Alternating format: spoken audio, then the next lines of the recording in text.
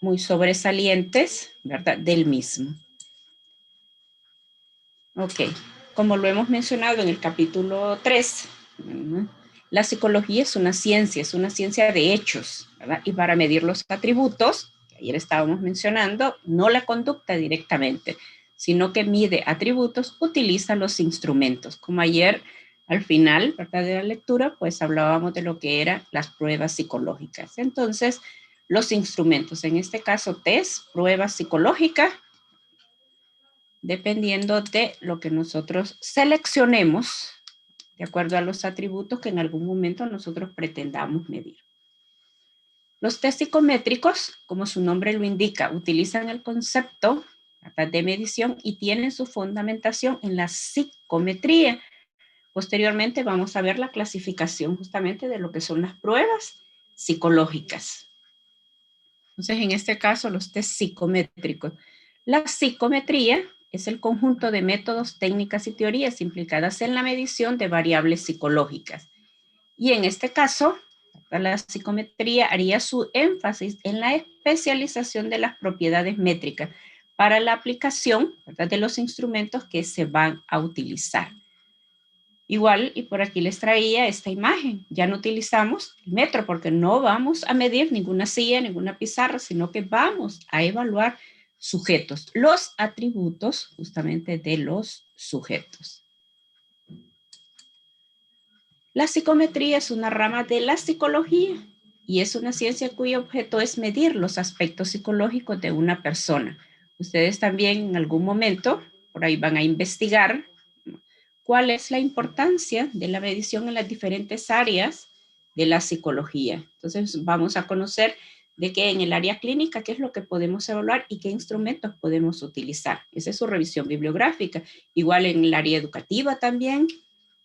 Si, por ejemplo, digamos, en la misma área educativa podemos hacer de orientación vocacional, orientación profesional, para indicarle al sujeto, por ejemplo, cuáles son sus habilidades, ¿verdad?, qué rasgos de personalidad tiene.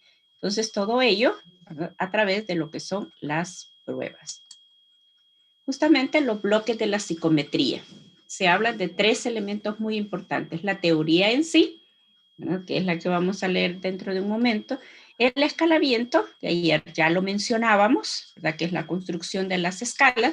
Y en sí la teoría de los test, ¿verdad?, que nos ayuda justamente a declarar aspectos matemáticos en relación a lo que es la medición.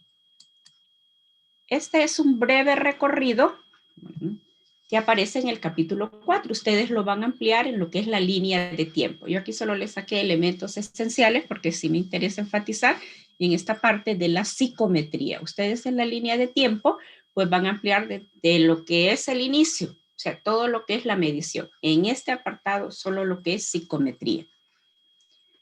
Ok, hay un teórico muy importante que resalta, que es Charles Spearman. Y de alguna otra manera a él se le atribuye justamente la teoría de los 2 factores de la inteligencia. Charles Spearman es el pionero justamente en esta área y es el que postula esa primera teoría de la inteligencia. Creo que todos recordamos en algún momento el factor general, cuando se decía de que la inteligencia, factor general. En la actualidad, pues hay otras teorías, ¿verdad? Pero justamente Spearman ha tenido mucho auge. De plano, por ejemplo, el test que mencionábamos ayer en la ficha técnica, ¿verdad?, lo que es el Ravel, tiene su basamento justamente en esta teoría, ¿verdad?, la teoría del factor general, que posteriormente, ¿verdad?, se habla de 2 factores, factor general, factor específico, y posteriormente hace una revisión de esa misma teoría y se hablan de los factores grupales, ¿verdad?, como primera de las teorías. También, ¿verdad?, se establecen los fundamentos de las teorías de los test y se debe justamente a Charles Spearman. También por ahí, en ese mismo año, aparece Thorndike, que publica el libro Introducción a la teoría de la medición mental y la medición social. Luego encontramos por ahí en la década de los 30 a Thurston, que publica su libro Confiabilidad y validez de los tests, ¿no?, que son las primeras obras que aparecen justamente de lo que son las propiedades psicométricas. Y un dato muy relevante que en 1935-36 se funda la Sociedad Psicométrica Americana, presidiéndola Thurston, y crea la revista Psicometría, que le denomina Psicométrica, y publica también el libro de métodos psicométricos. Thurston crea una prueba, las habilidades mentales, con su esposa Thelma Wynne de Thurston, que es una prueba que ustedes van a conocer en la medición 4, el HMP, habilidades mentales primarias. Obviamente ustedes ahí van a encontrar la diferencia entre lo que es la teoría de Spearman y la teoría de Thurston, en donde Spearman solo hablaba de un factor general para denominar inteligencia. En cambio, Thurston habla de varios elementos, ¿verdad?, que se consignan como inteligencia. Haciendo ese recorrido, también resalta lo que ayer estábamos mencionando, Stevens, con lo que es la teoría del escalamiento. Nuevamente aparece Thurston en el 47, en donde publica el análisis factorial, ¿verdad? Elemento resaltante justamente para lo que es las pruebas. En 1950, Wilson publica, ¿verdad?, una síntesis de lo que es la teoría clásica de los tests, ¿verdad?, de lo que publicó Thurston. Y en 1954 se editan las primeras recomendaciones técnicas para el uso de las pruebas. Aquí es donde se va regulando, ¿verdad?, qué elementos se deben de tener en cuenta al momento de igual la implementación, por ejemplo, de un consentimiento informado, de decirle a la persona qué es lo que nosotros vamos a hacer. Entonces, regular, ¿verdad?, justamente esos elementos. Y un dato muy interesante que ustedes lo van a resaltar y lo tienen que resaltar en esa línea de tiempo, ¿verdad?, es la aparición de la primera prueba estrictamente psicométrica. En su línea de tiempo, pues ustedes ahí van a ir estudiando. Cattell, por ejemplo, inició con lo que son las pruebas, ¿verdad?, hizo pruebas justamente en el ámbito de la sensorial y en el ámbito de las motoras, pero por ahí tuvieron sus fallas. Se denomina, ¿verdad?, que el primer test psicométrico como tal, denominada escala métrica de la inteligencia, se debe justamente, ¿verdad?, a la que postula Alfred Binet y Theodore Simon. Ahí hay una historia que ustedes van a comentar, ¿verdad?, a raíz de dónde surge, pero aparece en 1905. ¿verdad? Y a partir de ahí, entonces, ya nosotros podemos hablar de una era diferente para lo que son las pruebas en particular. Así se introdujo en tu psicología el concepto de edad mental también, uniendo este concepto con edad cronológica. William Stern en 1914 crea el concepto de cociente intelectual. Por ahí hay algunas pruebas todavía, como el Goodenough, por ejemplo, que utilizan esta fórmula. Entonces, en donde se requiere de lo que es la edad mental, que ya está dado, justamente la baremación de la prueba, la edad cronológica, y lo multiplican por 100 para evitar justamente lo que son los decimales. Entonces, a William Stern se le debe justamente el término de cociente intelectual. Obviamente, cuando nosotros evaluamos inteligencia, ese es el diagnóstico que nosotros damos. Y reitero, a Alfred Binet y Theodore Simon, que son los pioneros justamente en lo que es la parte de la evaluación psicométrica, y a ellos se le debe esta primera prueba, la denominada escala Binet-Simon. Luego, en otro ámbito, ¿verdad?, en otro constructo, entonces aparece en la primera prueba, en este caso ya no de inteligencia, sino que de personalidad. ¿verdad? Ustedes ahí van a ir mencionando en su línea de tiempo, en el marco justamente de la crisis social política que se estaba viviendo a nivel mundial a raíz de la guerra. Entonces, se hace necesario la evaluación en esta área también. Entonces, Robert Woodward en 1920 es reconocido como el pionero del primer test de personalidad, ¿verdad? Pues ustedes van a indicar cómo se denomina ese test y ustedes van a ampliar justamente esta línea de tiempo. Ok, ¿qué es una teoría de test? La teoría clásica, ¿verdad?, de lo que son los test, nos proporciona dos elementos muy importantes, ¿verdad?, a través de lo que son los modelos. La estimación del nivel, o sea, que poseen los sujetos, en este caso de los atributos que nosotros vamos a medir, y la estimación de los parámetros de los ítems, o sea, en sí, qué es lo que nosotros pretendemos medir. Entonces, del nivel y de los parámetros, de cómo en algún momento se ha construido lo que es la prueba. ¿Y cuál es la utilidad? Bueno, una teoría de T sirve para dar cuenta del error inherente justamente en esa medición. Y dos, proporciona una estimación del rasgo o característica, o sea, de la estimación de la persona. Es y muy importante, ¿verdad?, que las personas que construyen las pruebas, los psicómetras, tomen en cuenta, porque de por sí al momento de crear y de construir una prueba va implícito un error. Pero hay otros errores, ¿verdad?, que se pueden presentar durante la aplicación y ya vamos a ver, y son los que nosotros como evaluadores, ¿verdad?, vamos a tener en cuenta para evitar cometerlos en algún momento. Los test psicométricos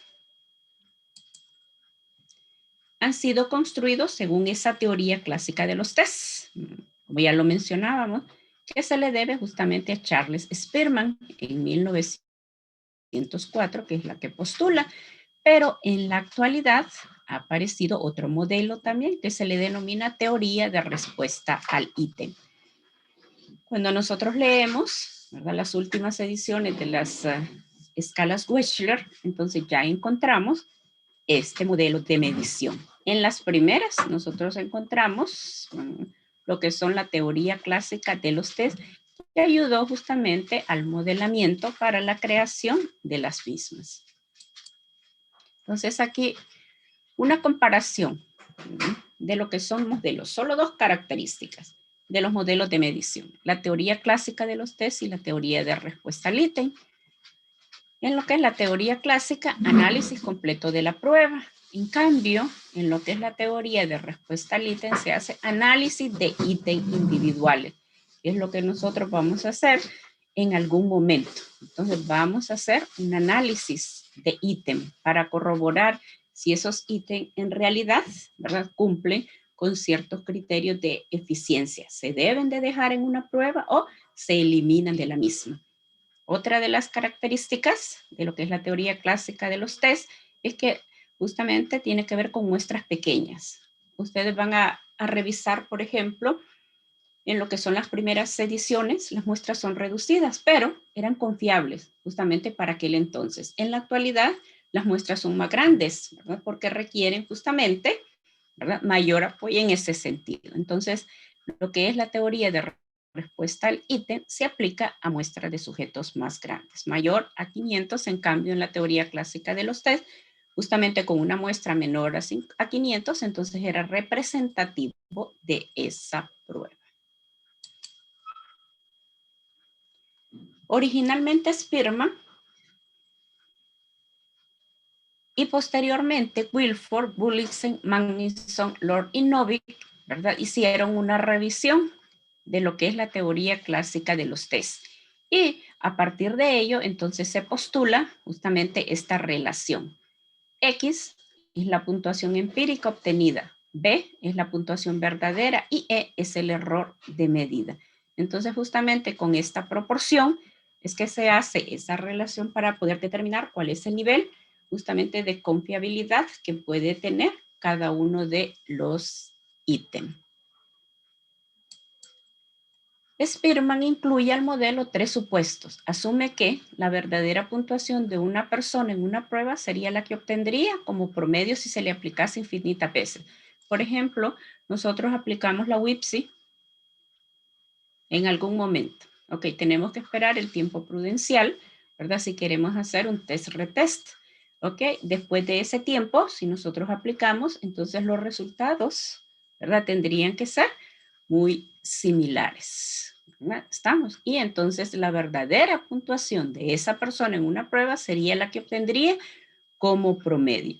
Entonces, si se aplican 3, 4, entonces tendríamos que hacer ese estimado de la media para saber en realidad qué es lo que ocurre.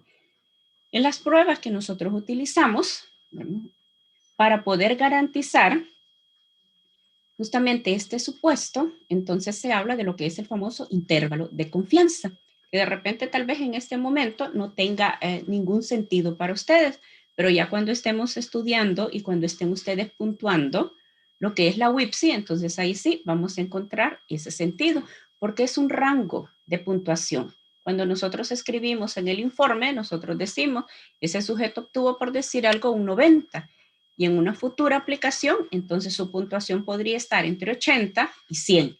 Entonces es un promedio, ¿verdad? Incluyendo lo que es ese error justamente implícito en lo que es la medición. Y los errores de medida de los test no están relacionados. Bueno, cada uno de esos errores, ¿verdad? Tiene que ver o depende justamente de la construcción y de la persona que la aplica. Ya vamos a desglosar esa parte de los errores. Ok, ¿y cuáles son las propiedades psicométricas? Las propiedades psicométricas son los requisitos indispensables dentro de lo que es un proceso de medición. Y hablamos de dos, validez y confiabilidad. Ustedes en la línea de tiempo, ahí van a ir especificando qué eventos fueron los que dieron lugar justamente a estas propiedades psicométricas. Entonces, en la validez hablamos de tres tipos de validez: contenido, criterio y constructo. Y en la confiabilidad, pues hablamos de dos tipos: medida e interna. Y dentro de la medida hablamos del test, retest, las formas paralelas. Y dentro de la consistencia interna, la división por mitades y los reactivos individuales. Así, cuando nosotros leemos lo que son los parámetros psicométricos, por ejemplo, de X o Y pruebas, entonces ahí nos indica si se hizo test, retest o de alguna otra manera, ¿verdad? Se tiene otra prueba muy similar para poder establecer ese valor en torno a la confiabilidad. Cuando hablamos de estas dos propiedades, la validez, ¿verdad? En sí tiene que ver con la fundamentación, ¿verdad? ¿Qué es lo que mide directamente? Y la confiabilidad, ¿verdad? Se expresa justamente en lo que son los números, procedimiento sistemático que garantiza de que nosotros apliquemos la prueba y en una futura aplicación tendríamos que tener resultados similares. Esa es la confiabilidad. Ok. Y se especifica más aquí en esta conceptualización. Es la consistencia justamente de un test, es la precisión, exactitud con que un instrumento mide objeto en una población determinada y en las condiciones normales de aplicación. Si nosotros vamos a aplicar la prueba y estamos con las condiciones apropiadas, entonces ello podría garantizarnos, ¿verdad?, de que esos resultados que nosotros vamos a obtener, por ejemplo, de la aplicación de la WIPSI, por decir algo, entonces van a ser totalmente confiables. Y las condiciones normales de aplicación se refieren a las condiciones especificadas en el manual. Generalmente todas las pruebas dentro de lo que son esos elementos esenciales, todas tienen un manual y ese manual nos indica qué es lo que nosotros debemos ir haciendo, ¿no?, si queremos aplicar la prueba. Como siempre les digo, ¿verdad?, y les seguiré repitiendo, si usted no quiere seguir el manual de una prueba, ¿verdad?, porque la considera muy larga, la considera monótona, qué sé yo, aplíquese el término que usted quiera, sencillo, constrúyase su prueba y la aplica como usted quiere. ¿Están? En este caso, no se puede hacer de esa manera, porque ya nosotros hemos seleccionado dos pruebas, la WIPSI y la EDIN, y cada una de ellas ya tiene su normativa.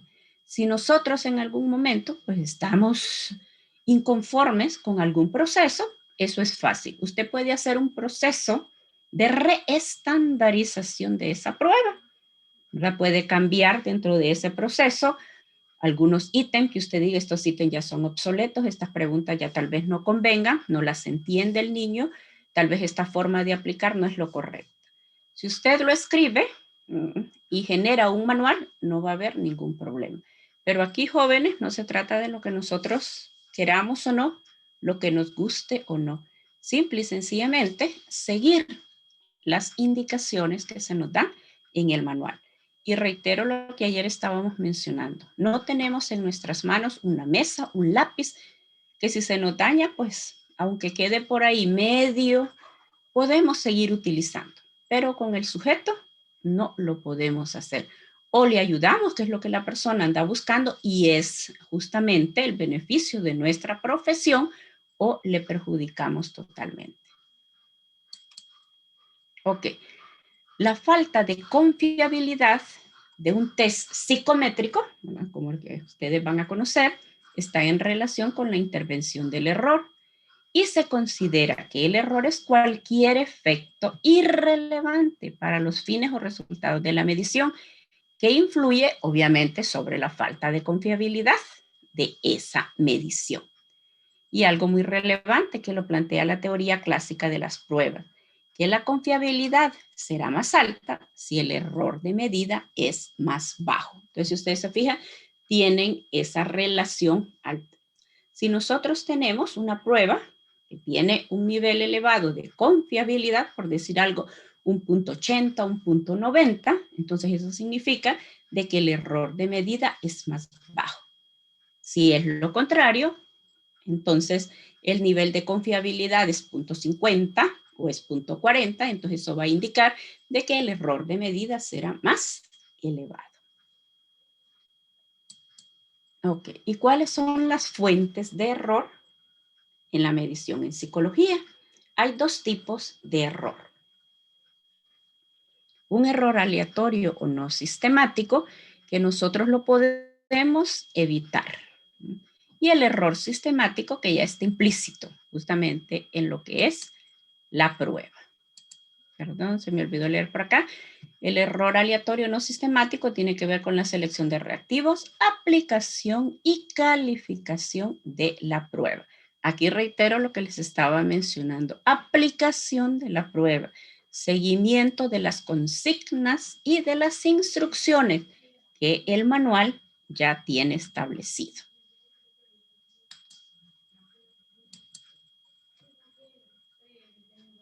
Ok. Cuando se habla de la selección de los reactivos, una prueba bien diseñada y construida debe asegurar que la muestra contenga todos los tipos y contenidos que intenta medir. En este caso, pues es parte del instrumento que yo voy a elegir, ¿no? Y no se trata de que en algún momento yo diga, no, este reactivo yo no se lo voy a aplicar al niño, ¿verdad? Porque no lo considero oportuno, por ejemplo, o propicio. No se trata de mi selección. Ya la prueba los tiene establecidos.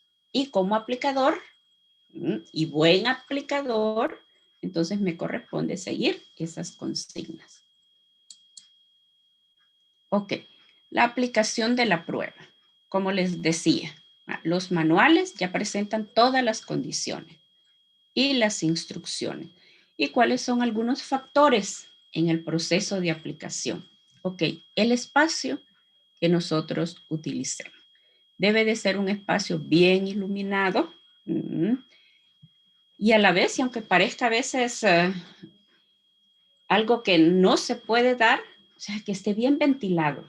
Imaginémonos en este momento en un salón, por ejemplo, caluroso, eso puede distraernos en algún momento y puede incidir en esos resultados de la prueba. Libre de ruidos, una mesa y sillas cómodas y libre de distractores. Entonces, por ejemplo, este es un buen espacio, es una sala, obviamente quisiéramos contar todo, ¿verdad? Con un espacio como el que aparece en la imagen, en donde, pues si ustedes se fijan, es amplio, está libre de, no hay ruido, no hay otras personas. Esta es una aplicación individual, en donde solo está quien aplica y obviamente la persona a quien se le está aplicando. En la primera paginita, ¿verdad? Ahí del cuadro, de lo que es el primer capítulo, que se les pide leerlo, entonces Aragón plantea 4 condiciones o requisitos dentro del proceso. Y uno de ellos es este que les estoy planteando, que debe de existir esas 2 personas para que se dé ese proceso. No me gustaría encontrarme alguno de ustedes, de mis estudiantes de medición, aplicando en el pasillo de la carrera. No me gustaría, ¿verdad? Porque eso iría contra las normas de lo que estamos leyendo. Si nosotros no tenemos ese espacio, entonces tratemos de encontrarlo. A veces nos hemos encontrado y nadie me lo ha contado. Yo lo he visto en lo que es el famoso paseo Hollywood. Ahí nos sentamos con el compañero, mira que me toca aplicar el MMPI, mira que me toca aplicar, y el compañero está bien, pues, nos sirve de apoyo, pero nosotros leyéndole, ¿será un buen lugar? ¿Será ese buen momento para aplicar? No lo es. Está lleno de distractores. Nadie se va a concentrar bajo esas condiciones. Y al final, por eso es la crítica. Entonces usted va a dar un resultado y esos resultados obviamente no van a coincidir, ¿verdad?, con lo que son las habilidades de ese sujeto. Y por eso se los pongo en negrita. No siempre es posible controlar esos factores y forman parte del error aleatorio de medida. Sé que en algún momento va a existir algún distractor, pero por favor, jóvenes, nosotros como buenos evaluadores, y así debemos, por favor, de visualizarnos, debemos de tratar de, ¿verdad?, minimizarlos, por favor. Si de repente tal vez no tenemos una silla cómoda para el niño, entonces tratemos de ajustarlo. No se vayan a poner, por ejemplo, al lado del niño, que a veces el niño ni está concentrado y usted está tratando de el niño a la par. No, lo ideal es esta forma, ¿no?, en donde está aquí el evaluador y está el evaluado. Hay ciertas condiciones que puede tener el evaluando. Esto viene del sujeto y también incide con nosotros, que puede tener resultados negativos. Por ejemplo, una persona cansada no va a tener los mismos resultados. La falta de motivación, está ansioso, está preocupado, inclusive necesidades básicas, hambre, sueño, y si por ahí está tomando tal vez algún medicamento que puede alterar su estado emocional. Esto también aplica para nosotros.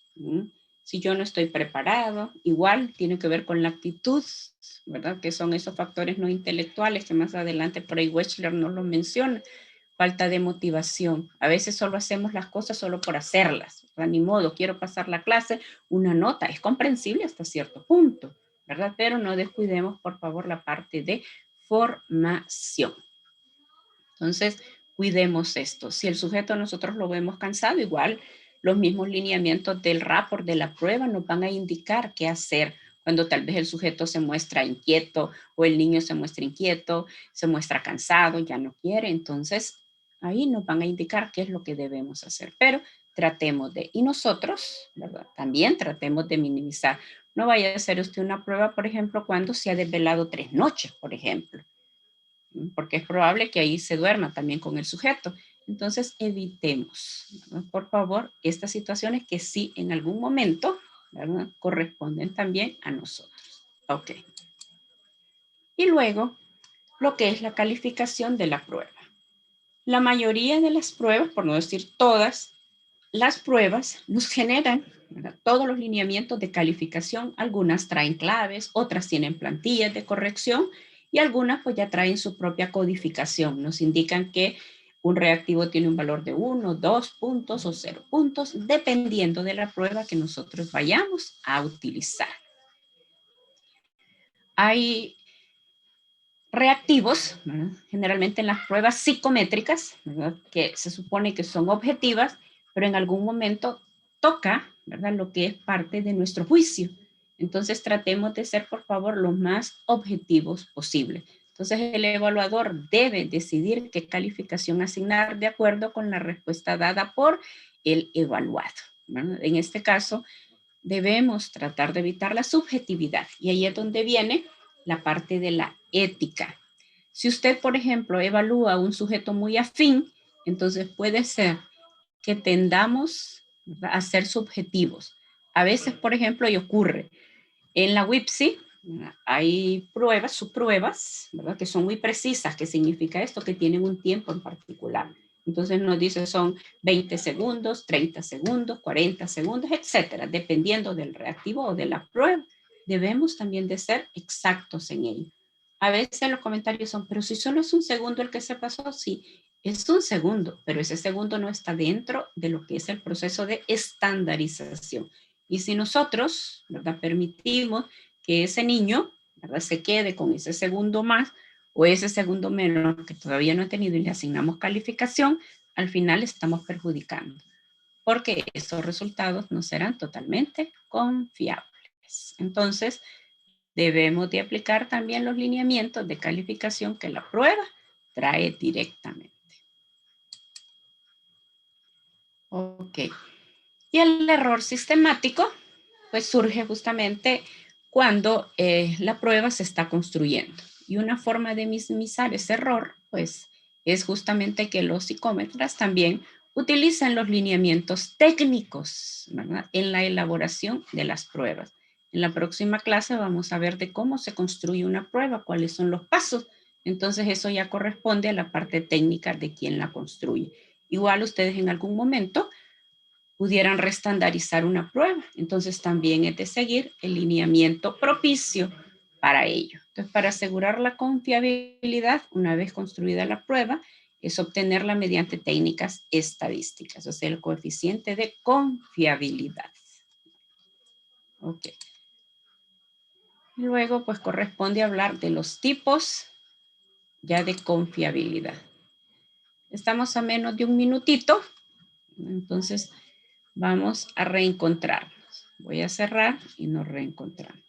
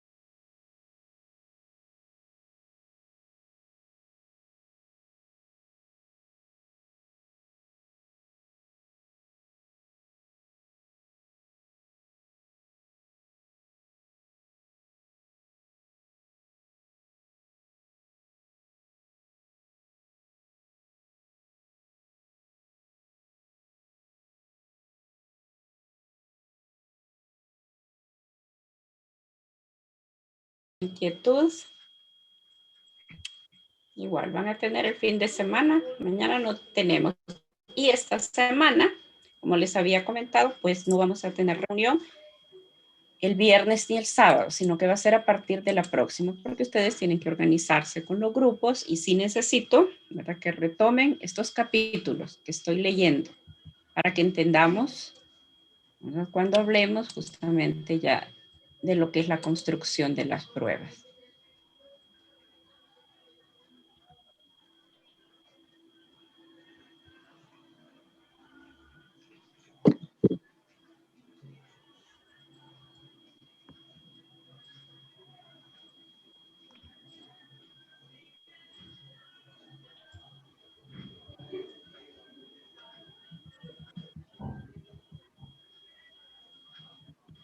Ok, continúo. Listo. Ok. dentro de lo que es la confiabilidad como estabilidad en la medida. Entonces, para conseguir esa confiabilidad hay dos técnicas, ¿verdad?, que los psicómetras utilizan. Puede ser el método test-retest y puede ser las formas equivalentes de pruebas. Cuando hablamos de estabilidad en la medida, se refiere a que medir un atributo, este será confiable si al evaluar a los mismos sujetos con el mismo instrumento o uno equivalente, cuando nosotros obtengamos esos resultados en una segunda aplicación, deben ser muy similares, ¿verdad? Entonces a eso se refiere la estabilidad en la medida. Y eso lo podemos encontrar justamente aplicando los métodos del test-retest y las formas equivalentes. Entonces vamos a reconocer, según esta lectura, cada uno de ellos. Ustedes en el material lo tienen más amplio y en el cuadro, pues obviamente hasta lo van a ejemplificar. Ok, confiabilidad test-retest. Un mismo instrumento es administrado a un mismo grupo de personas después de un periodo de tiempo. Entonces, aplicamos, por ejemplo, WIPSI la próxima semana. Esperamos el tiempo prudencial. Y después de ello, aplicamos la misma prueba a ese mismo niño. Entonces, tendría que darnos resultados muy similares. Si hay un abismo en esas dos aplicaciones, entonces significa de que no hay buena confiabilidad. Ahí tendríamos que revisar cuál es el error implícito. Puede ser el error sistemático, directamente relacionado con la construcción de la prueba, o el error aleatorio o no sistemático, que corresponde a nosotros. Tal vez la primera aplicación la hicimos en buenas condiciones, pero ya la segunda no la hicimos en buenas condiciones o viceversa. Bien, el intervalo de confianza nos garantiza el efecto de práctica. ¿Qué significa esto? Si usted a mí me hace una pregunta, entonces es muy probable que yo la recuerde dentro de unas 2-3 semanas. Y hay reactivos, ¿verdad?, que perduran un poquito más, ¿verdad?, cuando se habla justamente de lo que es la parte no verbal y la parte verbal. Entonces, eso, ¿verdad?, en relación a lo que es el test-retest. Pero también está el método de formas paralelas. Se administran dos formas equivalentes. Fíjense bien, en este caso no el mismo instrumento, pero esas formas, como su nombre lo indica, son iguales en contenido, preguntas, instrucciones, duración, aunque no sea el mismo instrumento. Pero eso es lo que quiere garantizar, porque estamos hablando justamente de la estabilidad y nos está diciendo de que es un mismo instrumento o uno equivalente. Yo no puedo, por ejemplo, utilizar estas formas paralelas aplicando, por decir algo, lo que es la WIPSI y aplicando un Raven, aunque midan el mismo constructo, pero son pruebas totalmente diferentes. Entonces yo tengo que utilizar una forma, ¿verdad?, alterna de la prueba. Por ejemplo, hay una prueba que se denomina el Purdue, que mide capacidad intelectual y tiene dos formas, la forma A y la forma B. Entonces, esa sí yo la podría utilizar si quisiese determinar, ¿verdad?, la confiabilidad por este medio. Las formas se administran a un mismo grupo dentro de un periodo corto de tiempo. Se mide la confiabilidad a través de la correlación entre ambos puntajes. Entonces yo voy a verificar qué puntuación obtuvo en esta forma y luego en la otra para determinar la media y corroborar la confiabilidad. De ahí el término de estabilidad en la medida, ¿no? Entonces se mantiene. Y la otra forma de confiabilidad es la consistencia interna. La consistencia interna se refiere a que los reactivos de un instrumento son consistentes entre sí en la forma en que evalúan el atributo psicológico. Y en este caso los sujetos tendrán puntajes altos en los reactivos que tienden a medir ese atributo y bajos en los que no lo miden. En este caso tenemos dos formas. Tal vez los compañeros si nos ayudan con a desactivar los micrófonos, gracias. la forma de obtener confiabilidad, división por mitades y consistencia interna de los reactivos individuales.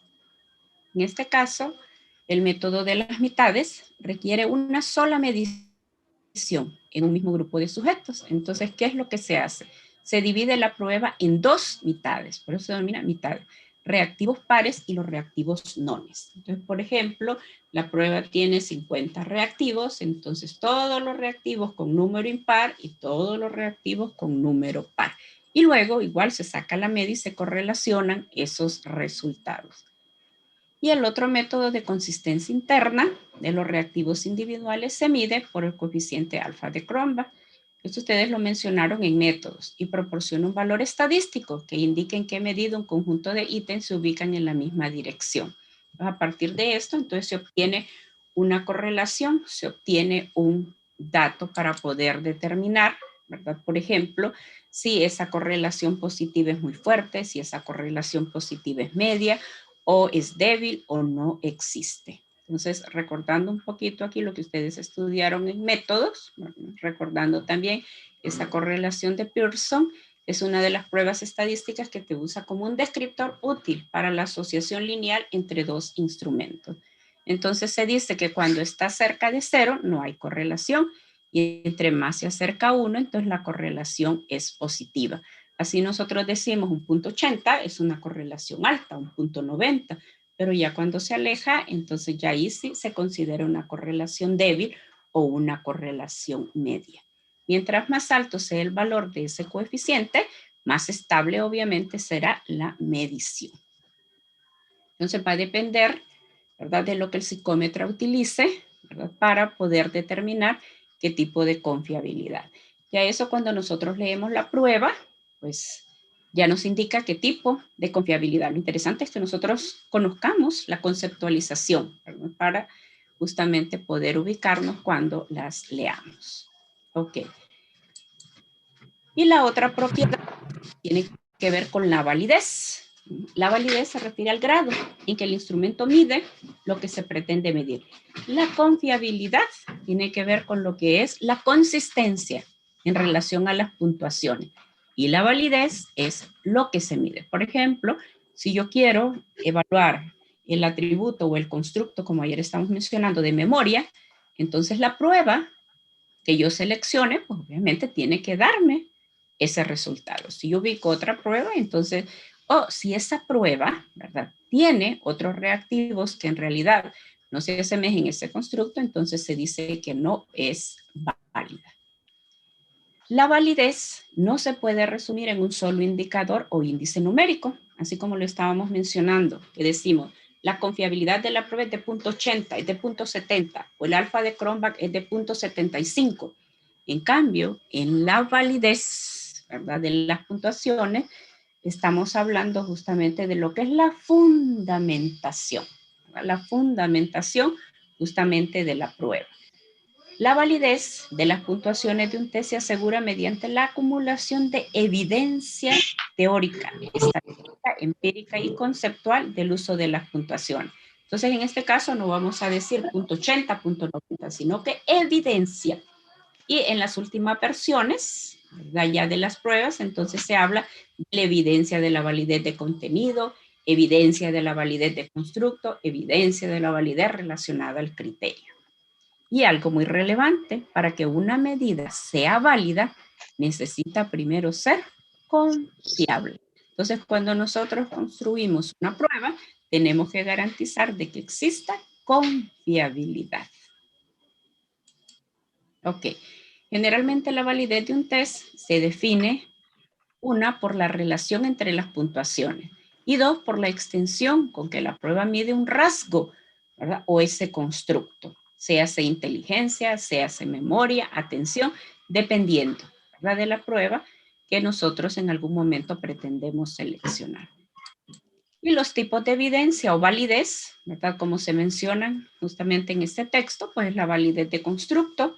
En este caso, ¿verdad?, es que la prueba se asegure de que en todo lo que va a hacer la construcción, pues se relacione con lo que originalmente se ha propuesto. Si es memoria, si es inteligencia, atención. Entonces se basa en el significado psicológico de que una prueba explica realmente la ejecución del sujeto. Entonces a eso se refiere la validez del constructo.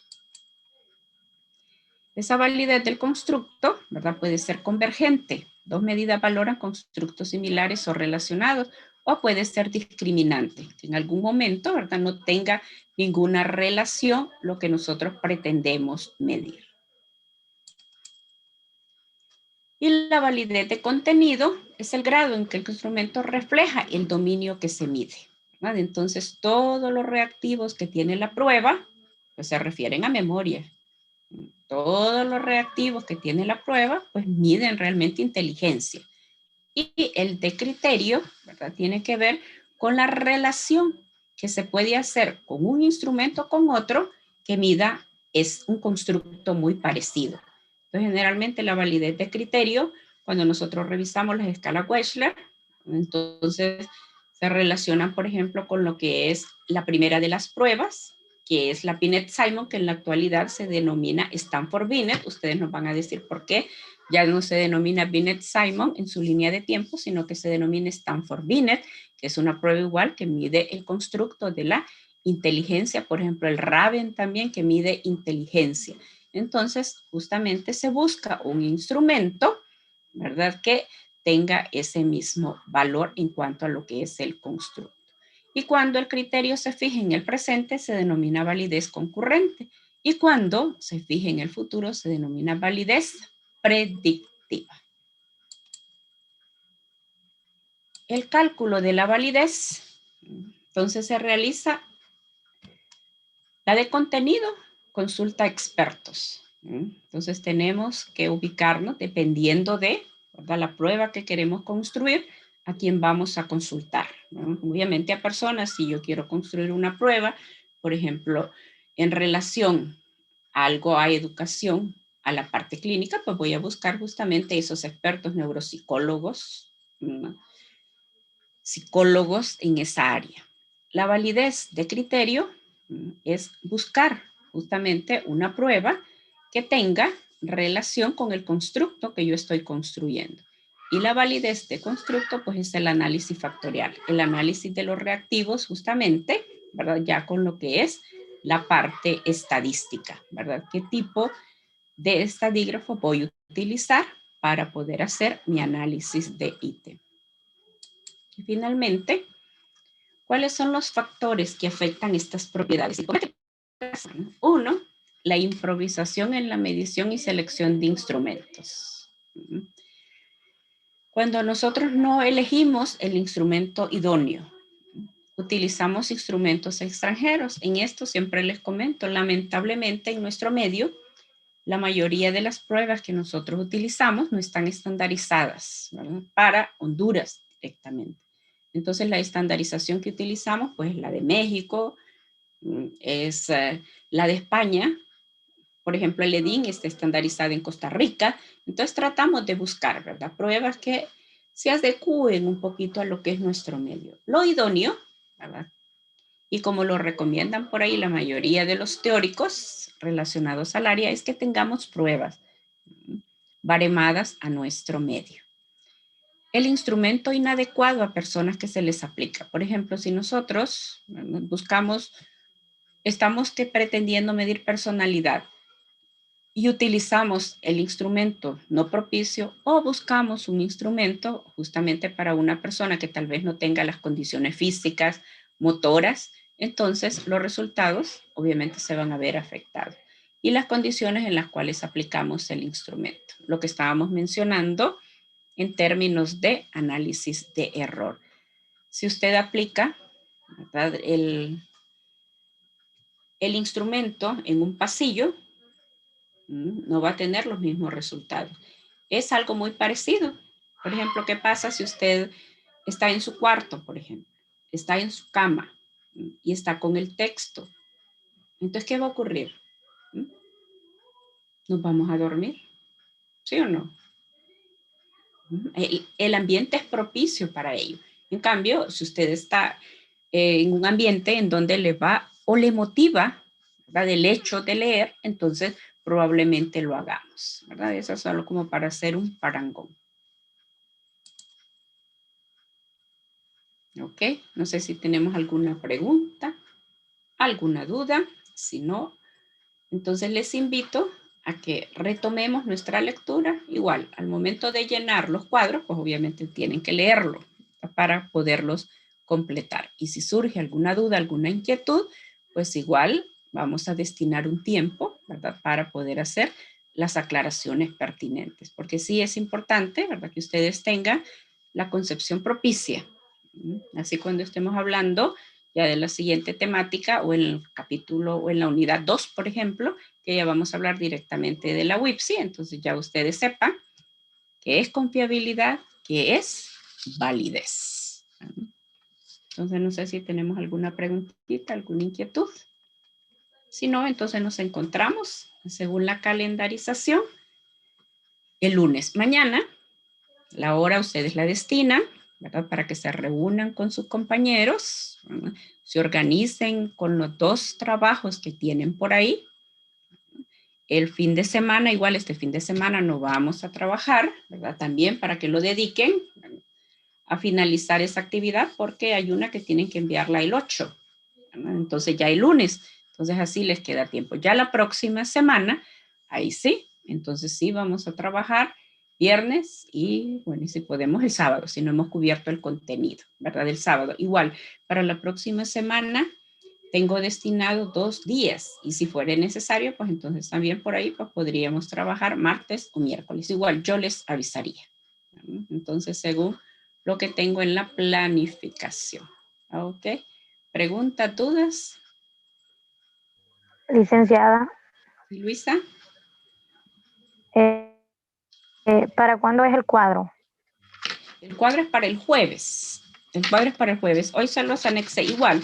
Se los voy a dejar 2 días. Ya se los voy a habilitar jueves, tarde, noche. ¿Verdad? Porque ayer tuve un inconveniente y no se los pude socializar. Entonces, para que igual tengan los días que yo tenía destinado.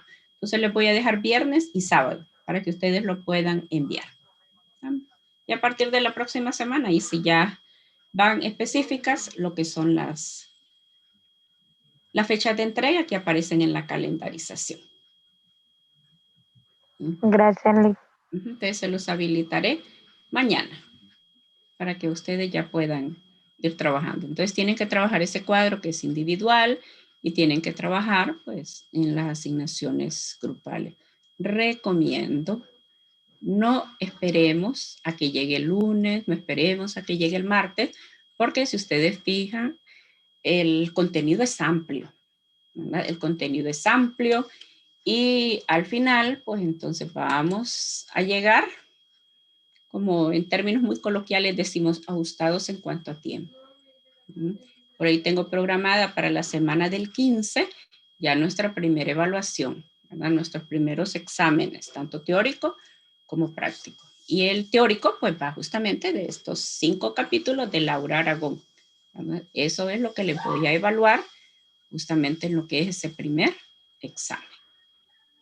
Entonces, ¿verdad? Procuramos ir leyendo, ¿verdad? Conforme a.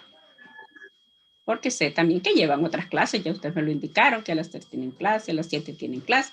No solo están exclusivos para medición, ¿verdad? Sino que tenemos otras clases. Entonces, tratemos de organizarnos en el tiempo.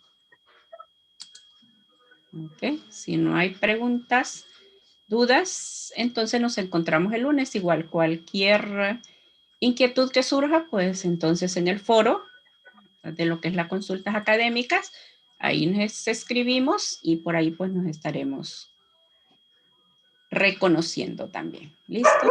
¿Okay? Licenciada, Sí, Noel. Daniel, Ah, Daniel, perdón. no, solamente avisarle Ah, que Daniel, perdón. Ajá. el compañero Joshua me pidió que le dijera que se había ido la luz y por Ah, eso se bueno. había salido. Ok, gracias. Aquí lo anotamos. Muchas gracias, Daniel.